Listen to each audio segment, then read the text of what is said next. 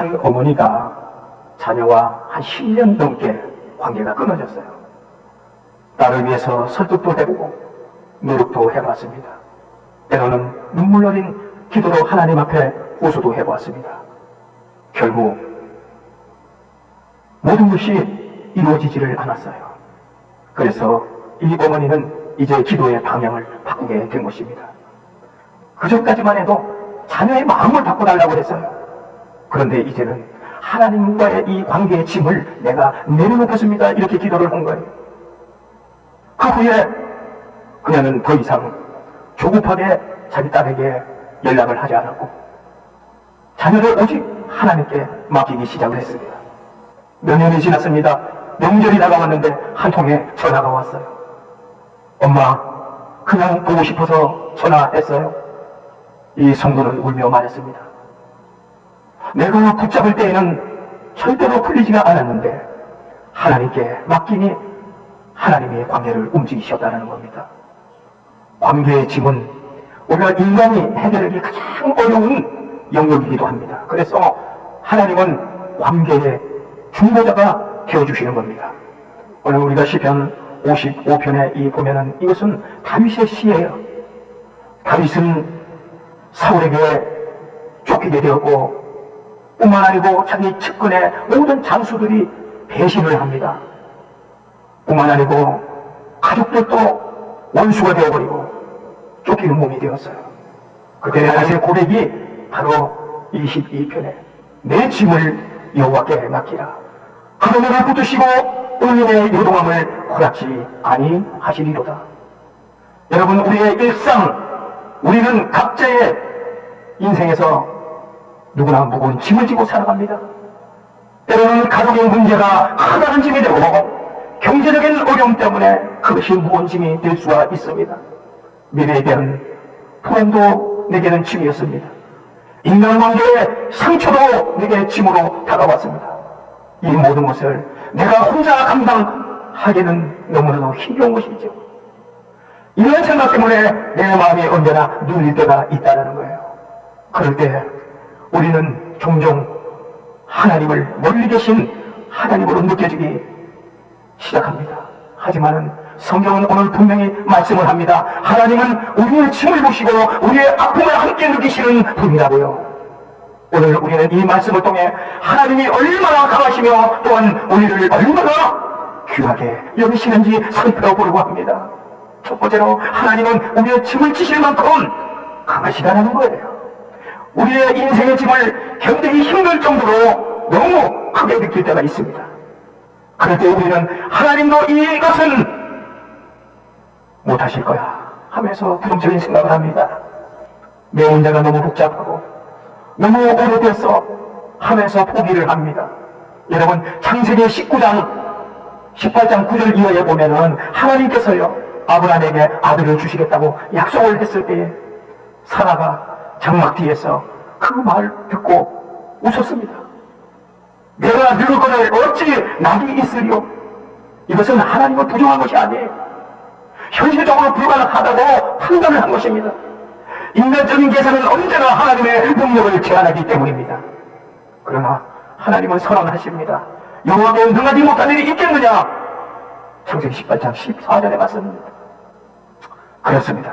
하나님은 못하시는 것이 없으십니다. 할렐루야. 시편 68편 19절에 보면은 이렇게 말씀을 합니다. 날마다 우리 짐을 지시는 주, 곧 우리 구원의 하나님을 찬송할지어다. 할렐루야. 하나님은 단 하루가 아닌 날마다 우리의 짐을 지시는 분입니다. 우리 하나님의 능력은 우리의 상상을 뛰어넘는다는 사실을 믿으시길 바랍니다. 세상을 말씀으로 창조하신 우리 하나님, 우리를 지금도 통치하고 계시는 그 하나님께서 우리에게 어깨에 견디기 어려운 짐을 지금부터 올리시고 계신다는 겁니다. 다윗이요 이 사실을 경험한 적이 있습니다. 다윗의 인생은 짐이 없는 삶이 아니라 짐을 하나님께 그가 맡길 때에 하나님께서 대신 져주시는 삶을 살았습니다. 다윗에게는 원수의 짐이 있었습니다. 그러나 그 원수와 하나님께서 싸워주셨다는 거예요. 다윗에게는 또 죄의 무거운 짐이 있었습니다. 그러나 하나님께서 그를 용서해 주셨어요. 동역자들과의 관계가 틀어져서 어마어마한 배신과 관계에 어려운 짐을 가지고 있었지만 그때 이 다윗은 리더의 엄청난 외로움이 그에게 다가왔습니다. 그런데 하나님께서 그 외로움을 달래주셨다는 거예요. 사무엘하 15장에서부터 20장에 보면 충신 같았던 사람들이 다윗 곁을 다 떠났어요. 가까운 장수들조차 갈등을 일으켰습니다. 특히 다윗왕의 가장 측근인 요압 장군이 그렇게 충성하면서도 다윗을 계속해서 힘들게 했습니다. 여러분, 높은 자리일수록요 사람 이 관계의 문제는 무게가 커진다는 거예요. 그러나 하나님께서는 회복시켜 주셨습니다. 여러분, 우리의 인생의 무게를 하나님께 여러분 맡기시기만 하면은 그거는 반드시 붙으시며 새 힘을 우리에게 주십니다. 마치 언덕에 박스 종이를 가득 싣고 힘겹게 겨우 한 걸음 한 걸음 땀 흘리며 올라가는 노인에게 마치 힘센 씨름 선수가 지나가다가 그 노인 구르마 뒤에서 밀어주니까 가볍게 언덕을 올라쳤습니다. 노인에게는 더 이상 힘들지가 않았습니다. 여러분, 우리 하나님께서는 그보다 더욱 훨씬 큰 사랑으로 우리의 짐을 맡아주시는 줄로 믿으시기를 바랍니다. 우리의 강력이 되시는 하나님께서 보혜사 성령님을 통해서 우리를 도와주시는 줄로 믿습니다. 여러분, 무거운 짐을 오직 주님께 맡겨지는 여러분의 삶이 되시길 바랍니다. 두 번째로 보면은 하나님은 내가 중요한 존재라는 것을 귀하게 여기신다는 거예요. 할렐루야. 우리는 종종 나는 중요하지가 않아, 하나님이 나까지 신경 쓰실까? 이런 의심을 품습니다. 세상 속에서 나 자신이 자꾸 초라하게 느껴질 때가 많기 때문입니다. 그러나 성경은 분명히 증언을 합니다. 누가복음 12장 6절 7절에 보면은 예수님께서 말씀하셨습니다. 참새 5마리가 2아사리온에 팔리는 것이 아니냐. 그러나 하나님 앞에서는 그 하나도 잊어버리시는 바가 되지 아니하는도다. 할렐루야. 너희 머리털까지도 세신 바 되시오니 두려워하지 말라. 너희는 많은 참새보다 귀하느니라. 할렐루야. 여러분, 하나님은 우리의 모든 상황, 우리의 고통의 눈물, 그리고 우리가 쉬고 있는 이 한숨 생각까지도 다 알고 계시는 줄로 믿으시기를 바랍니다. 하나님은 우주를 다스리시는 분이에요. 우리 한 사람 한 사람은 얼마나 귀한 존재의 가치로 여기시는지 몰라요. 우리 인생이 하나님께서는 너무나도 소중하기 때문에 하나님께서는 독생자 아들 예수 그리스도를 십자가에 못 박아 죽이기까지 우리를 대신해서 내어주신 것입니다. 그 위대한 사랑은 단 한 사람도 지나치지 않으신다는 사실을 믿으시기를 바랍니다. 그러므로 나는 하나님께 중요하지 않다, 이 생각은 거짓 사탄에 속고 있는 것입니다. 누가복음 15장에 보면은 99마리의 양보다 잃어버린 한 마리의 양을 찾으시는 그 주님, 우리말 성경 15장 4절에 이렇게 말씀을 합니다. 너희 중 누가 100마리의 양을 가지고 있었는데 그 중에 한 마리를 잃어버렸다고 하자. 그러면 99마리의 양을 들판에 두고 그 잃어버린 한 마리의 양을 찾을 때까지 찾아다니지 않겠느냐. 이 말씀은 주님은 나 한 사람을 상상을 초월하신 극진한 사랑을 보여주시는 것 아니겠습니까? 하나님의 사랑, 그것을 우리가 도저히 받을 수가 없어요. 그 사랑이 너무 크기 때문에 하나님의 그 크신 은혜를 우리는 받을 수가 없어요. 죄인된 우리가 어떻게 그 하나님의 은혜를 우리가 받을 수가 있겠습니까? 그러니까 하나님께서 결정을 하신 거예요. 우리에게 그냥 선물을 주신 거예요. 할렐루야. 세 번째로 하나님은 우리의 무게를 대신 지시고 회복을 시켜주신다. 그렇다면 하나님께서 우리를 사랑하시고 짐을 대신 진다고 해서 여러분 분명히 한번 생각해 보십시오. 그리고 현실을 한번 바라보세요. 하나님이 지금 내 짐을 대신 져주시는데 현실은 여전히 그 문제가 머물러 있다라는 거예요. 때로는 내가 겪고 있는 이 고통이 여전히 이 고통의 자리에 머물고 있다라는 거예요. 내 눈물이 멈춰지지 않고 있다라는 거예요. 기도를 했는데도 아픔이 남아있고 맡겼음에도 불구하고 눈물이 멈춰지지 않을 때가 있습니다. 이것은 믿음이 부족해서가 아니라 하나님이 일하시는 방식 때문인 것입니다. 하나님은 짐을 제거하기도 하시지만은 그보다 먼저 사람을 붙드신다는 거예요. 마가복음 4장 35절 이하에 보면은 예수님과 제자들이 갈릴리 바다를 건너십니다.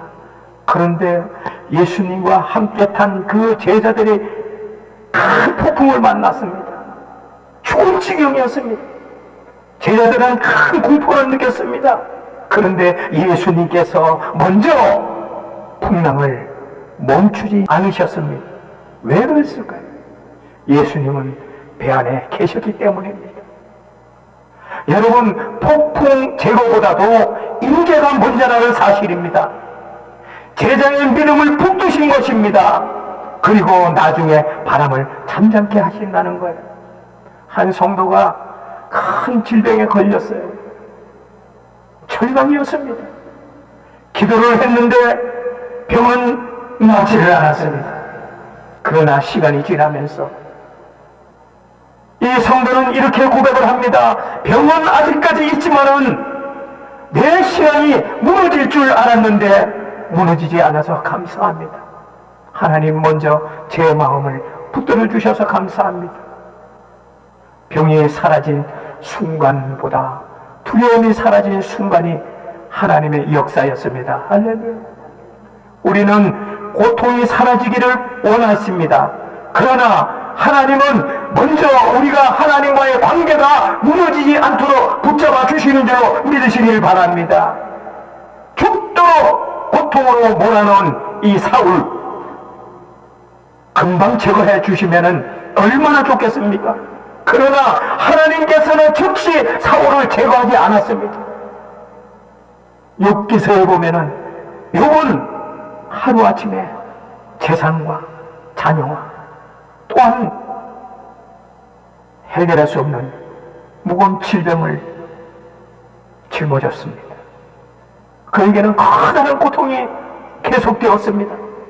그러나 하나님이 결코 욥의 곁을 떠나지 않았습니다. 할렐루야. 여러분, 우리가 분명히 깨달아야 할 것이 있습니다. 하나님께서는 단순히 짐을 들어주시는 분이 아니라 짐을 짊어지고 함께 걸어가시는 분이라는 사실입니다. 이사야서 53장 4절에 선포합니다. 그런 실로 우리의 질고를 지고 슬픔을 당하였거늘.